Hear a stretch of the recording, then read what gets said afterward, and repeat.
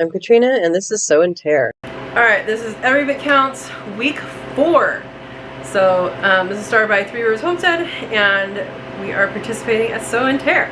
So, at the end of last week, you saw I did some freeze dryer stuff, didn't quite work, so we popped it back in the freezer, and we're gonna try it again. I think the reason is one of my viewers pointed out that I had some stuff that was frozen in there, and then the leaves that I put in were not, and that might have messed with things. So, we're gonna do it again. Here we go. Squash and french fries. And the rest of this is French sorrel.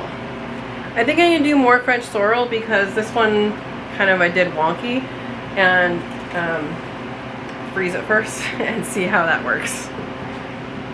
Last tray in.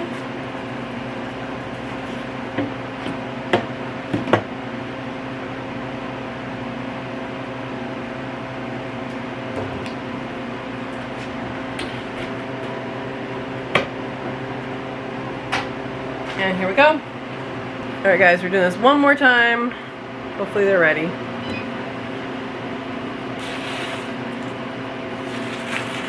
Those look a little more crispy. Alright, these are a little more crispy. Taking them out.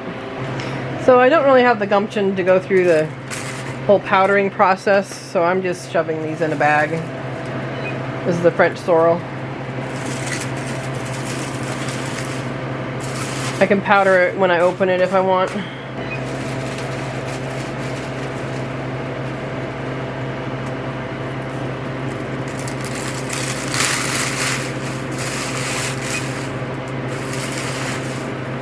These are crispy dry.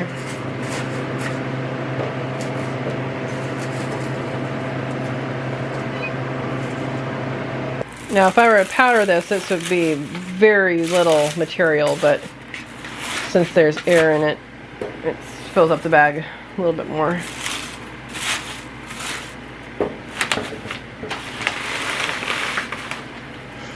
I just shoved that in there, and if you powdered it, it'd be way shorter than that. Alright, so we need 3 oxygen absorbers.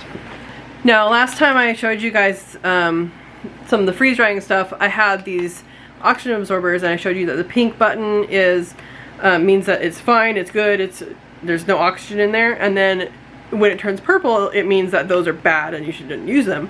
Now, the Harvest Right, the ones that come from Harvest Right, that pink thing takes a while to change color, and what happens with the ones from freeze drying supplies is they actually change color pretty quick, and I was concerned that they went bad, but when I came back a little later, they were back to pink. So I think it just is a quicker indicator button that they have, so it's good. There's nothing wrong with them.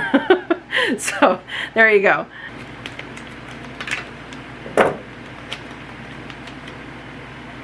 One,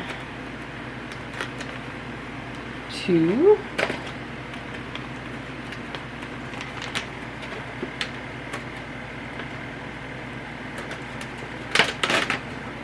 3, and we'll seal this back up.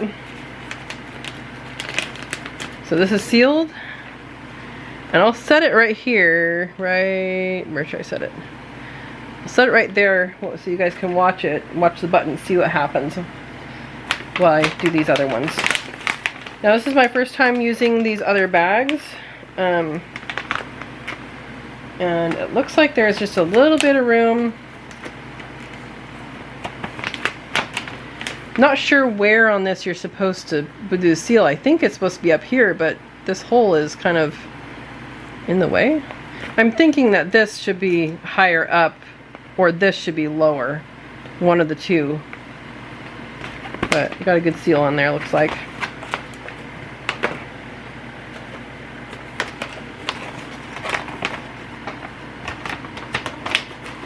So you can see this has changed to that purple. It's starting to change that purple, and that's why I was concerned. But we'll watch it and see how long it takes for it to get the oxygen out. Alright, so we have one of the Harvest Right bags that I used this for the French sorrel because it's more squishable, and then I I did use Freeze Drying Supplies gusseted bag, so that like stands up and it holds a little bit more, I think, for the summer squash. And then this is a little bit of summer squash with the French fries, so that'll be kind of make for a breakfast scramble. And there we go. This has gone to completely purple now, and so I'm just gonna leave this here and I'll show you guys it tomorrow. I'm not gonna like film it just to see the color change, but I'll show you guys it tomorrow, and it should be pink. Did I say what day it was? August 24th. Alright guys, it is the 25th of August, and I still haven't put these away yet. This is that lemon verbena we dried last week. It's definitely ready now.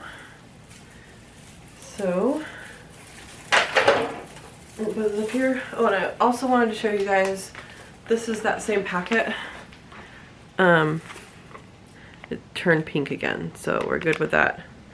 Has nothing to do with what we're doing right now, though. So I'm going to be putting this into a jar. I have this giant funnel because it fits wide mouth. It doesn't really fit regular mouth very well, like it doesn't actually go in. So I'm using my regular canning funnel and then putting that over it, and that makes it a usable thing. And then we are going to be vacuum sealing the jar today, and you can use old canning lids for this. So I do save the metal lids for this, the ones that have been used. The only thing you're supposed to reuse your lids for. And then I also have a Food Saver jar sealer, and you can either use your Food Saver or, so it looks like this, or you can use a brake bleeder. Yep, for cars it works. That's what we're gonna do. So we did slip knots in these, if you guys remember. So we can actually just take this whole thing out.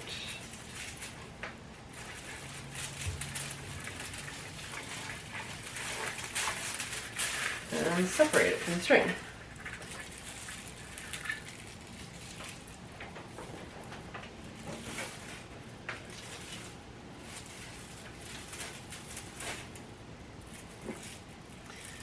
Now I can do, make sure you're over the funnel, is just take this and, oops, well, go the other direction, strip off the leaves. It works better if you're going in the opposite direction than what the leaves are on.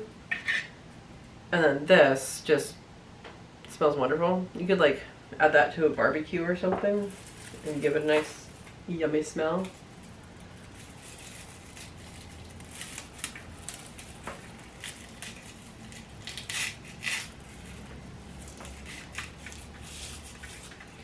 And so lemon verbena I use for tea. I don't use it for anything else. But I use it for tea, and it makes a really good tea. Like I said, it smells like lemon drop candy. So when you're putting dried leaves for tea or for anything else into one of these jars, you can have it as loosely packed or as tightly packed as you want. It's not gonna hurt things to crunch them more, unless you're like going for something aesthetically different in a cup of tea or something, like if you want some leaves floating in it or something.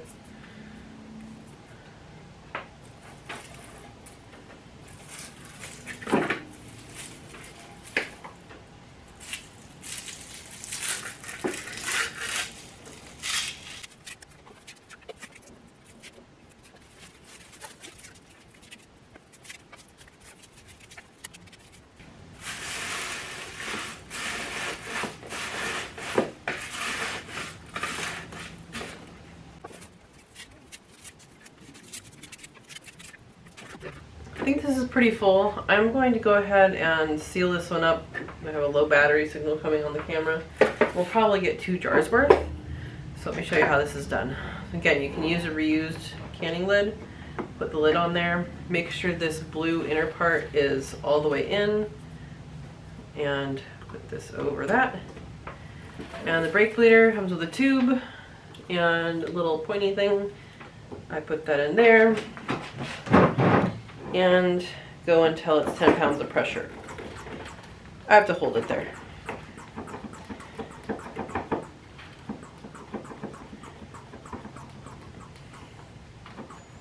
The more empty the jar is, the longer this will take.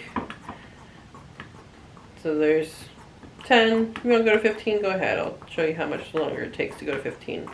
We're almost there. Alright, and we're at 15. There you go. Take this off. And you know this is sealed if you can pick it up by the lid. There you go. That's pretty packed in there. We're going to get one more, probably almost as full. I'll show you guys at the end. So again, I have this used canning lid. I'm going to label this, and the other one I'll label later. Lemon, Verbena, and that's 2023. I want to make sure that the gummy part doesn't have anything on it, and this doesn't have anything on it. Put it on. Get your sealer here, and pump. Real time here, guys, so you know how long it takes.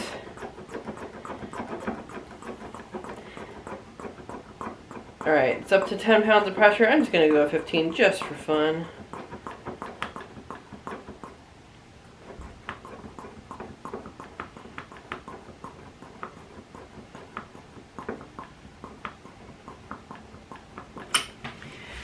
Now, vacuum sealing them like this will not preserve it. They won't last as long as freeze drying and doing this, but it will extend the life of this. And when we open this up, like even if you open it up 2 years later, it's going to have a tremendous, tremendous smell, and it's going to be wonderful, wonderful. So this one isn't quite packed as tight as this one, but they're still good. And we have, look, 2 things of lemon verbena. Awesome. This is Every Bit Counts, and today is the 27th. We processed some quail. So that's going to be in the cooler, and we're going to put it into the freezer once it's been in the cooler for a couple days. There we go. This is August 28th. And we processed more quail. So I am counting processing as part of preservation. Might be cheating a little bit, but in order to preserve the meat, you do have to butcher it. That's not true. You can get it from the store, but that is part of my truth. And there is our bounty. I hope you enjoyed this video and it encourages you to preserve a little something. Thank you for watching. Please hit the like and subscribe if you're not subscribed. Share this around.